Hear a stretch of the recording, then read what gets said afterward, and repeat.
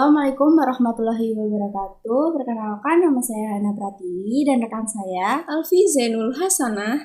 Dan ada narasumber kita Mbak Fadila dari Prodi Psikologi semester 3. Silakan, ada. Jadi gini Mbak, apa sih motivasi Mbak Dila untuk kuliah dan berorganisasi? Motivasi saya untuk kuliah sambil berorganisasi gitu ya. Nah, kalau motivasi saya sebenarnya tuh diambil dari moto hidup saya gitu kan. Moto hidup saya kan Harunas Anfa'um Linnas, di mana saya ingin menjadi sebaik-baik hamba yang mana bisa bermanfaat untuk orang lain. Jadi kan ketika saya kuliah, ilmu yang saya dapatkan kan otomatis untuk saya sendiri ya, walaupun nanti kemudian saya aplikasikan. Nah, di mana pengaplikasian saya itu pengen saya lakukan selama saya berorganisasi gitu loh, dari hal yang kecil gitu. Walaupun berat sosial, tapi saya juga di dalam organisasi. Jadi saya nggak cuma pengen hidup cuma sekedar hidup, kuliah cuma sekedar kuliah kayak gitu. Saya pengen punya dampak nih, kayak gitu. Dampak kayak saya juga pengen punya kesempatan nih ikut andil gitu loh. Mungkin kayak di organisasi yang kita tahu Hima kayak gitu gitu kan. Gitu sih. Lebih kayak motivasi saya tuh yaitu Khairunas Anfa'um Linas. Dimana saya tuh pengen bermanfaat gitulah. Lebih banyak manfaatnya. Nah, siapa sih orang yang paling berperan dalam hidup Mbak Dila? Orang yang paling berperan ya, kalau saya boleh jujur, saya sendiri gitu ya. Iya, karena apa? Saya mengakui keluarga saya juga berpengaruh gitu, tetapi keluarga itu juga termasuk orang lain kan. Dalam artian bukan diri saya sendiri gitu loh. Walaupun saya mau disemangatin kayak apapun, tapi kalau saya emang dari dalam diri saya itu nggak semangat, ya tetap aja kayak saya loyo. Jadi selama saya itu bisa memprogres, saya bisa mengevaluasi, saya bisa terus menyemangati, mensupport diri sendiri. Nah, itu yang berperan dalam hidup saya gitu. Ya walaupun orang tua kayak keluarga, sahabat, teman, kayak gitu, guru, itu tetap berpengaruh, tapi emang yang paling berpengaruh itu kalau saya akui diri saya sendiri. Nah, kalau cara Mbak Dila membagi waktu antara kuliah, berorganisasi, dan kegiatan kerohanian, bagaimana? Kuliah, organisasi, sama kegiatan kerohanian ya. Jujur kalau misalkan kuliah, organisasi, kerohanian gitu ya, kerohanian tuh kayak ngaji barangkali ya. Saya ambil yang prioritas ya. Tapi kalau yang paling prioritas kalau saya sih tetap ngaji gitu. Kalau apapun ngaji di atas kuliah dan organisasi gitu sih. Nah, kedua baru prioritas. Prioritas nih. Misalnya dalam organisasi sama kuliah. Kira-kira yang harus saya prioritaskan yang mana nih? Dihadapkan dalam dua pilihan. Hari ini saya harus kuliah dan saya harus berorganisasi. Nah, di situ saya lihat di mana yang paling benar-benar saya harus lakuin. Misalkan kuliah nyantai ya, kuliah kita masih biasa materi gitu. Sedangkan organisasi lagi ngadain acara dan organisasi itu butuh saya banget.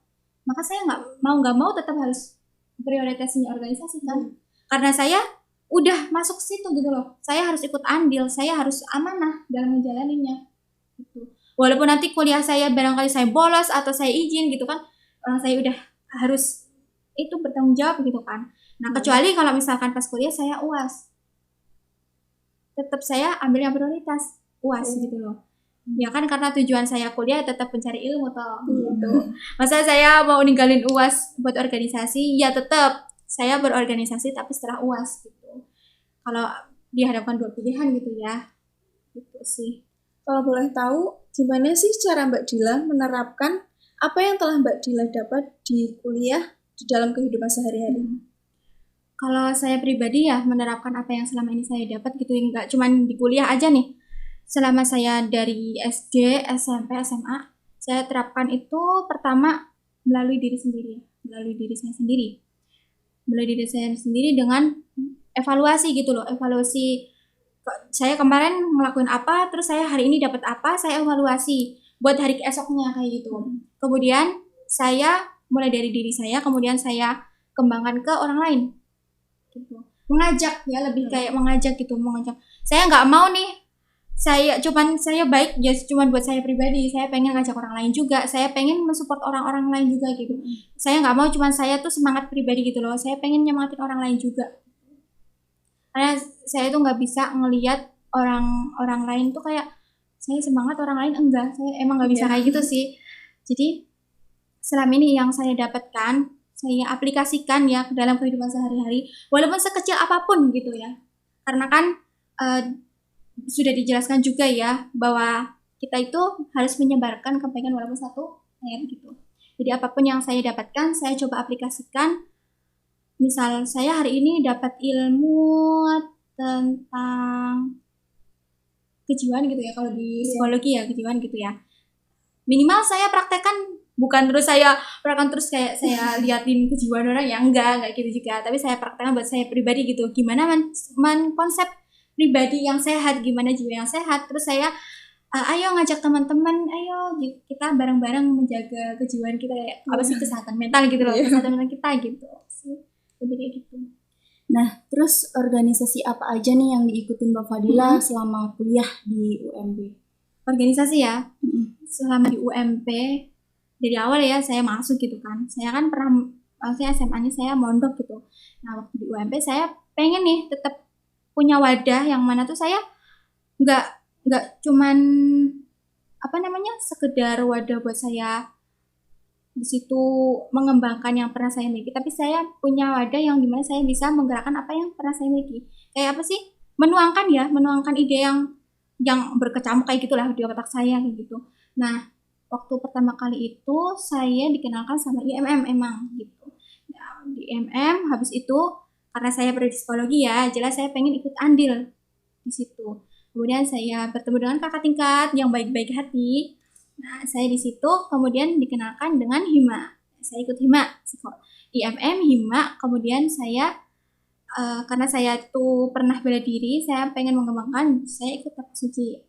Kemudian di pondok saya juga pernah hafalan, jadi saya pengen tetap ya, maksudnya dalam artian merujah gitu ya. Jadi saya ikut JDH di bidang tahfidz gitu. Jadi 4 ya tadi, ada IMM, ada Hima, tapak suci, sama JDH. Suka dukanya selama ngikutin kegiatan di kampus itu apa aja?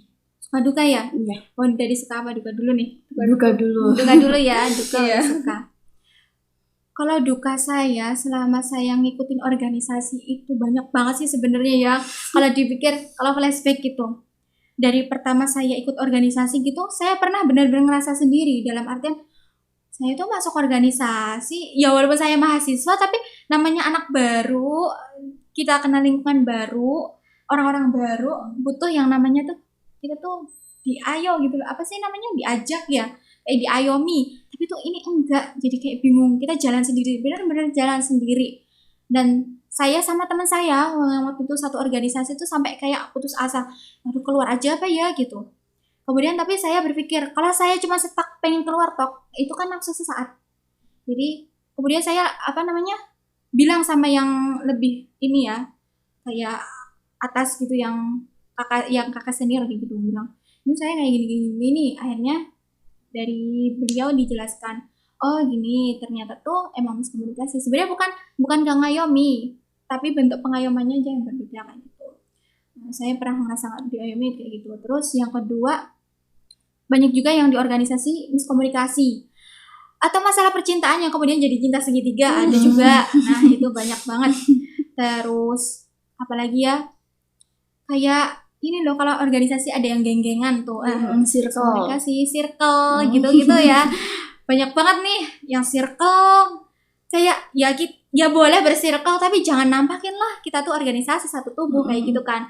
Nah tapi ya namanya apa ya, pengalaman ya, dan saya nggak cukup kaget sih, soalnya yang lalu-lalu juga saya sering ngalamin kayak gitu, yang circlean lah, terus yang cinta segitiga berujung pertengkaran sana sini, terus yang merasa dikucilkan, terus salah paham nih, paling sering salah paham. Di sini harusnya ngomongnya kayak gini, kedengaran di sana kayak gitu. Nah ini tuh bisa jadi dukanya sih, lebih kayak gitu ya, lebih sebenarnya kayak lebih hubungan sosial, lebih seringnya sih hubungan sosial gitu ya. Yang bikin saya kemudian tuh bertanya-tanya, saya harus bertahan nggak sih ini? Kemudian saya mikir, kalau saya nggak bertahan, loh, saya kan udah niatkan buat berorganisasi nih. Gitu. Saya harus mencapai titik di mana saya itu bukan titik paling atas ya, bukan titik di mana saya itu bisa kemudian menyelesaikan masalah gitu dengan baik. Itu sih yang saya harapkan. Kalau Sukanya banyak banget nih, sukanya juga banyak banget. Yang pertama, saya tuh dapat relasi, dapat teman-teman yang baik ya. Kalau berorganisasi jelas dapat teman-teman yang baik, terus kenal sama kakak tingkat, sama teman-teman beda prodi ya. Kalau misalnya di IMM gitu kan, saya ikut organisasi IMM, kenal teman-teman beda prodi. Yang mana tuh kalau misalnya saya ada apa-apa di jalan, saya tuh nggak bingung kayak aduh teman-teman saya lagi sibuk nih. Saya punya teman beda prodi, jadi saya minta bantuan tuh banyak kayak gitu, banyak relasi. Dalam selama ini teman-teman yang saya temui, baik di IMM, baik di HIMA, baik di TS, Tapak Suci ya TS itu singkatannya, terus baik di CK, alhamdulillah baik-baik semua gitu. Dan sampai saat ini sih itu maksudnya dalam artian hubungan relasi yang baik itu yang membangun suka kenangan indah gitu loh, kenangan indah.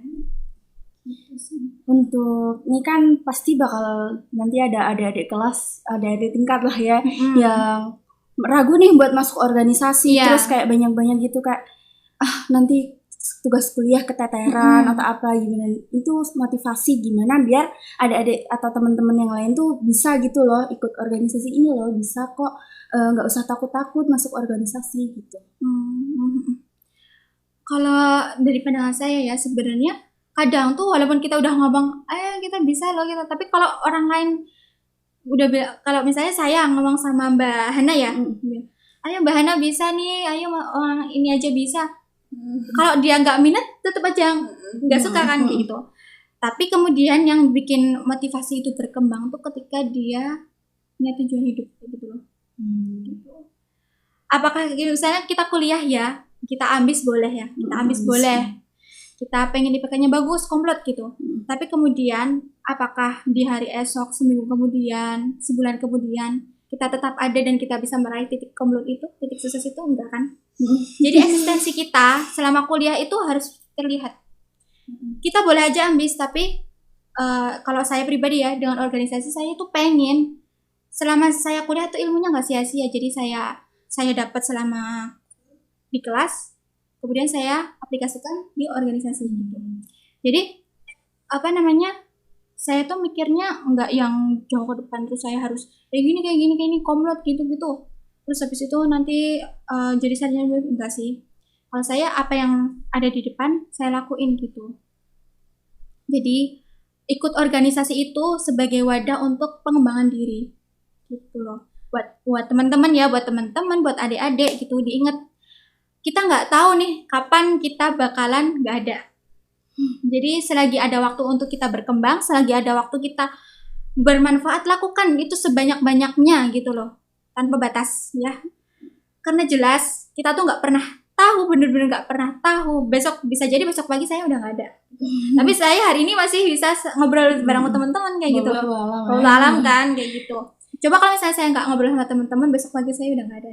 Beda lagi kan ceritanya gitu. Jadi dengan eksistensi kita, kebermanfaatan kita itu ada untuk semuanya. Kalau saya sih motivasi itu buat teman-teman. Walaupun mungkin teman-teman emang ragu, saya bisa nggak ya, saya bisa nggak. Tapi kalau emang benar-benar diniatkan, insya Allah bisa. Ya, terima kasih Mbak Dila atas jawaban-jawaban yang telah kami tanyakan. Sangat memotivasi kami untuk ingin juga bergerak mengikuti organisasi. Ikut Mbak. Mantap. Bismillah. Gimana psikologi ya, bravo. Ya, masih ngumpulin niat ya. Masya Allah, siap. Ada nggak nih? Kiranya cukup ya, itu aja ya. Terima kasih dari kami dan host satunya lagi dan Kak Fadilah. Wassalamualaikum warahmatullahi wabarakatuh.